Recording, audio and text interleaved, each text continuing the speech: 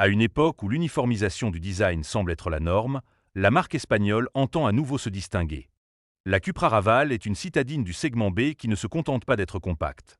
C'est un objet à la personnalité affirmée, soigné autant dans ses détails de style que dans l'évolution technique de la plateforme qui la supporte. Avec 4,04 mètres de longueur, 1,78 mètres de largeur et 1,51 mètres de hauteur, la Cupra Raval s'inscrit pleinement dans le segment B, mais ses proportions évoquent une voiture plus imposante. Un effet obtenu grâce à un travail de style précis, à commencer par l'avant, où le triangle, élément distinctif du langage Cupra, occupe le devant de la scène, accompagné d'éléments supplémentaires à l'aide dédiée à la projection.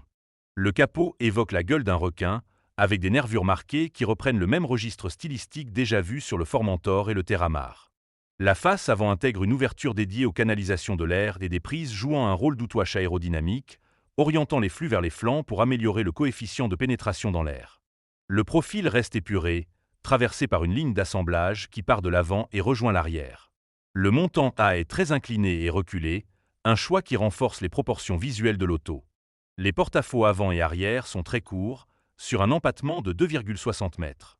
Le toit se prolonge en continuité jusqu'à un large spoiler arrière, très présent, qui retarde la rupture des flux aérodynamiques. À l'arrière, le triangle Cupra revient dans la signature lumineuse, avec des volumes travaillés avec beaucoup de soin. Le logo est positionné au centre, avec une exécution particulièrement soignée. L'accès à bord est plutôt facile, grâce à une large ouverture de porte. Pour les personnes dépassant 1,80 mètres, l'angle d'entrée peut se révéler légèrement exigeant, mais une fois installé, la garde au toit est généreuse, l'inclinaison de l'assise reste mesurée et l'espace pour les pieds est adapté. À l'intérieur, la Cupra Raval joue la carte de la sportive chic et moderne. Face au pilote, on découvre le combiné d'instrumentation Digital Cockpit de 10,25 pouces qui permet d'afficher toutes les informations nécessaires à la conduite. Au centre de la planche de bord trône un écran tactile de 12,9 pouces. Même si le volant sport accueille quelques boutons, c'est cette grande dalle qui permettra de commander presque toutes les nombreuses fonctions du véhicule. Bienvenue dans l'ère du presque tout tactile. Notez toutefois que la Raval utilise le nouveau système d'exploitation Android. Une interface qui s'est montrée plutôt intuitive et fluide, d'autant qu'un assistant vocal facilite son utilisation. Et puis ce cerveau donne accès à bon nombre de fonctionnalités, notamment YouTube, à l'arrêt évidemment, Spotify ou encore l'application MyCupra. Cette dernière permet de gérer depuis son smartphone diverses fonctions du véhicule, comme les préréglages de la clim ou l'éclairage d'ambiance immersif assez bluffant qui s'étend jusqu'aux portes. À noter que la Cupra Raval mise aussi beaucoup sur la personnalisation. Ainsi, la citadine laisse le choix entre ses teintes extérieures, dont une finition mate et une autre irisée qui varie selon la luminosité extérieure. Elle offre aussi la possibilité d'opter pour un pavillon contrasté, gris Manhattan ou noir minuit, et un toit ouvrant panoramique. Enfin, l'acheteur peut hésiter entre 5 configurations intérieures. Il faut d'ailleurs relever que la Cupra Raval bénéficie d'un soin particulier en matière de finition et d'assemblage.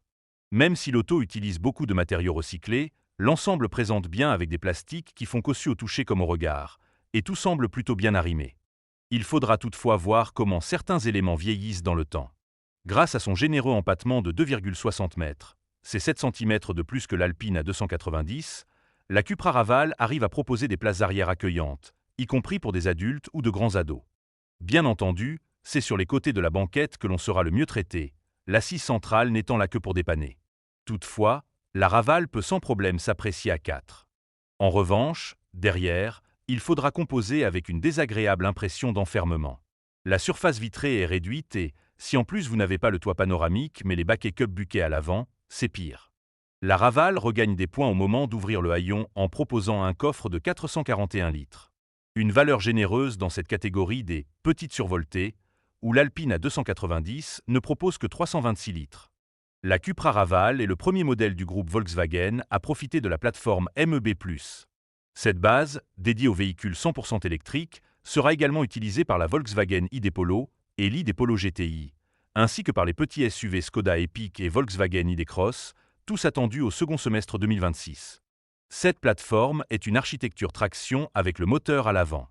Ce bloc électrique de dernière génération, la PP290, est associé à une batterie à cellules unifiées PowerCo intégrée dans le plancher grâce à la technologie Cell2Pack. Cette structure permet de réduire le poids et l'encombrement, ce qui explique l'habitabilité et le volume de coffre plus que correct de la Cupra, tout en augmentant la capacité énergétique de 10% par rapport à la technologie classique. Par rapport aux autres modèles VW dotés de la plateforme MEB+, la Cupra Raval a droit à un châssis sport abaissé de 15 mm, une suspension et une direction progressive spécialement réglées, des voies élargies de 10 mm, ainsi qu'à un ESC sport dédié.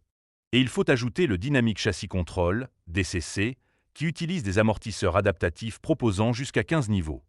Autre bon point, la présence du système One Pedal et le réglage de la régénération du freinage via des palettes au volant.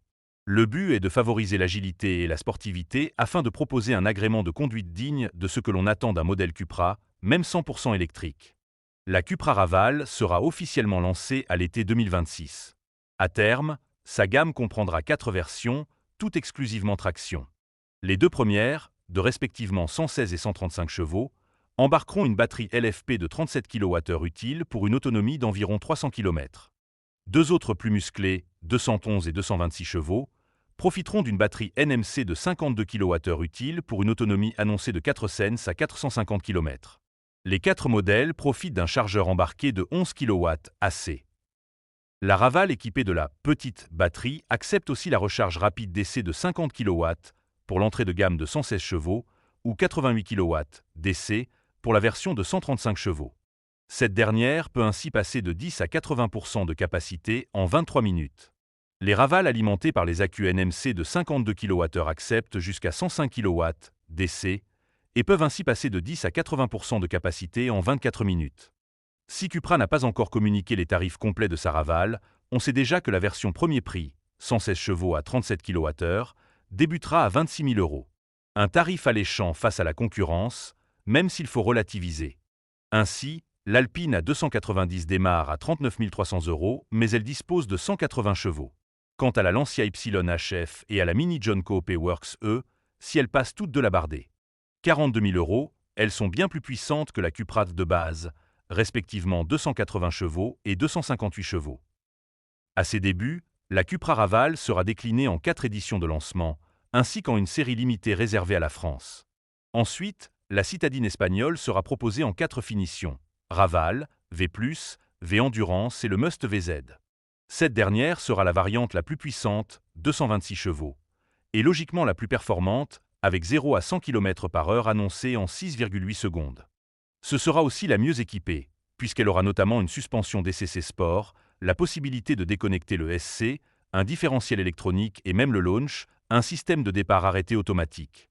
Enfin, assemblée dans l'usine VW de Martorell, aux côtés de l'ID Polo, la Cupra sera Made in Europe, donc éligible aux diverses aides financières de type coup de pouce CEE.